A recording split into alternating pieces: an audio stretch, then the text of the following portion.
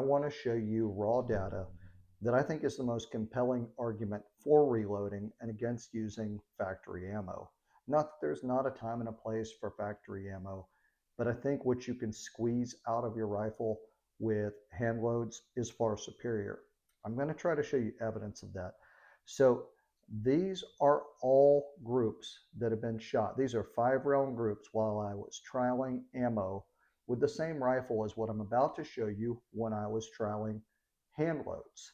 So this is just to see how these individual loads did in the gun that I'm shooting. So up here, this is all match grade ammunition. So this is a Hornady 140 ELD. You can see that's a really nice group. So these are measured out with the digital micrometer. So that's 0.428 inches with an extreme spread of 75.7 and a standard deviation of 15.5. While the group looks really good, the numbers are not great, and they probably aren't going to flesh out as this round goes to distance. So I wouldn't choose that based on the numbers. So in the top right corner, we've got Hornady 147 ELDs. We've got a group size of 0.636 inches, extreme spread of 32.3, and standard deviation of 11. Now, generally, when I'm doing load development, I like an extreme spread of less than 20, standard deviation of less than 10. That keeps those groups nice and tight as you start going out past 500 yards. And you can see that one's a little bit scattered. I don't really love the way that it groups. Down at the bottom left, this is the Federal 140 Sierra Match King. Great group. That's 0.406 inches with a digital micrometer, extreme spread of 25.5, and a standard deviation of 9.2. I will tell you that after a lot of ammunition tests, this shoots the best in the rifle that I'm using for this target test out of any match grade ammunition that I've ever tried. But let's move on. So here we've got the Federal 140. This is a hybrid target load, and the group size is 0.645 inches, extreme spread of 28.1, standard deviation of 10.6. So doing a little bit better. And then we flip to the back, and this is a Sako TRG 22A1 that all of these were shot with. That's a Sako TRG 136 grain bullet. It is a 0.533 inch round with an extreme spread of 36.6 and a standard deviation of 10.5. So we didn't have anything that shot over a minute, and most of them were well under 1 MOA at 100 yards. But you don't have great numbers on the chronograph, and I think that's really where you get your data. I've seen lots and lots of groups just like this out of ammunition that doesn't do well as you carry out to around 800 and 1,000 yards. It is really tough to get a good reliable shot when you've got large extreme spreads and standard deviations. There's just so much variance in the ammunition.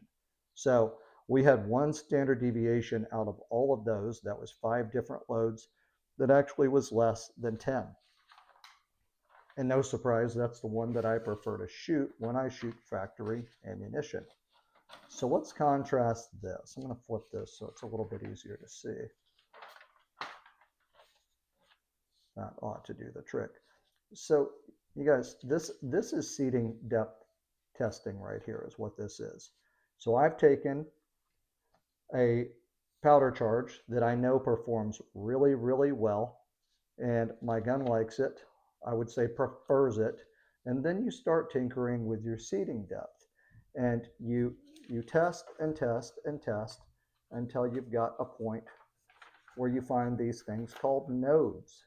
That's where do you see subsequent groups that aren't very far apart, you know, a couple thousandths of an inch, where you shoot really good extreme spread and standard deviation. And that's called a node. And that's kind of where you select to seat your bullet. That's how this all works when you're doing load development. So this is the seating depth test. This is the most superficial bullet. So it's 2.168 inches. So that is base of the bullet to the ogive. That's what I'm measuring here. And you can see that is 0.206 inches on that 5-shot group. The extreme spread is 29.6 and the standard deviation is 10.6. So the numbers aren't quite as good as what I think we could do, but that's a great group. I think anyone would attest to that. But let's move on. So there's 2.163 inches. So we're seeding 5 thousandths of an inch deeper every time we go up.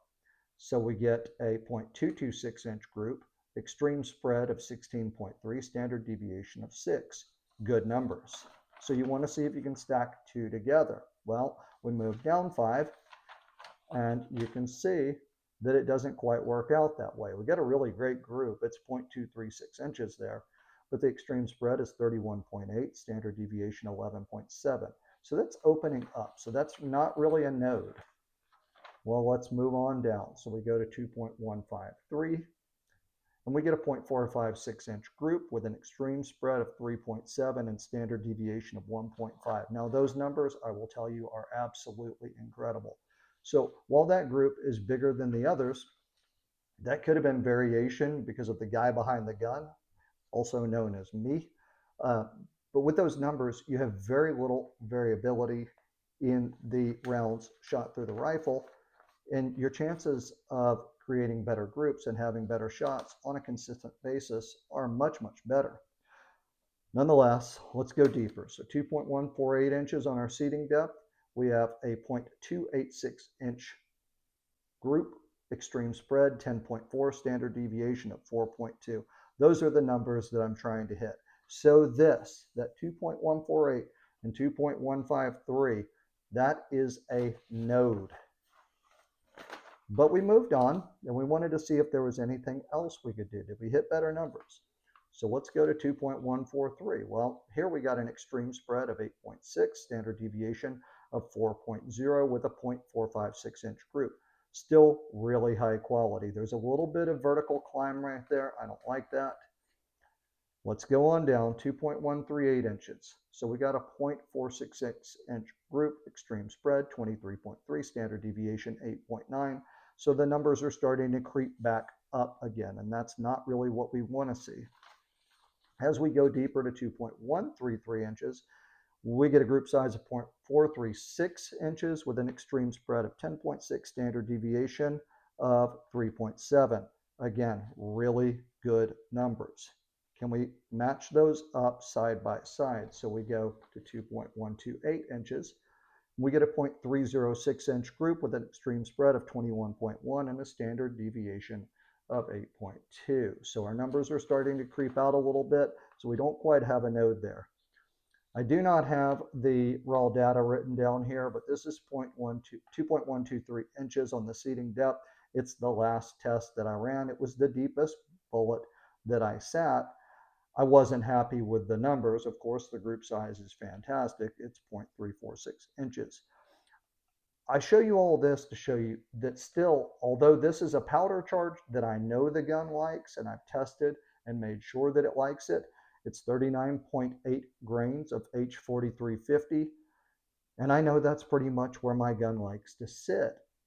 But as we do the seating depth test, you're going to have seating depths where your rifle really doesn't like the seating of the bullet, and it will show you in the numbers.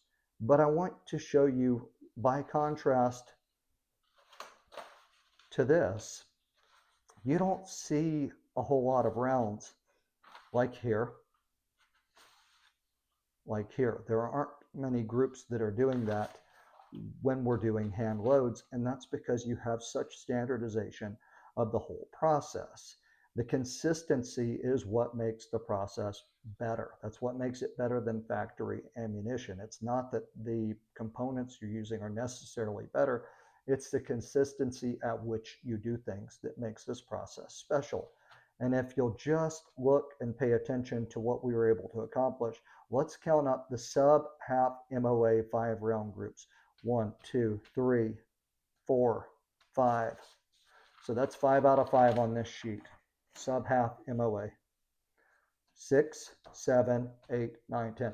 10 out of 10 were sub-half MOA. And multiple of these were smaller than 0.3 of an inch. So absolutely incredible groups.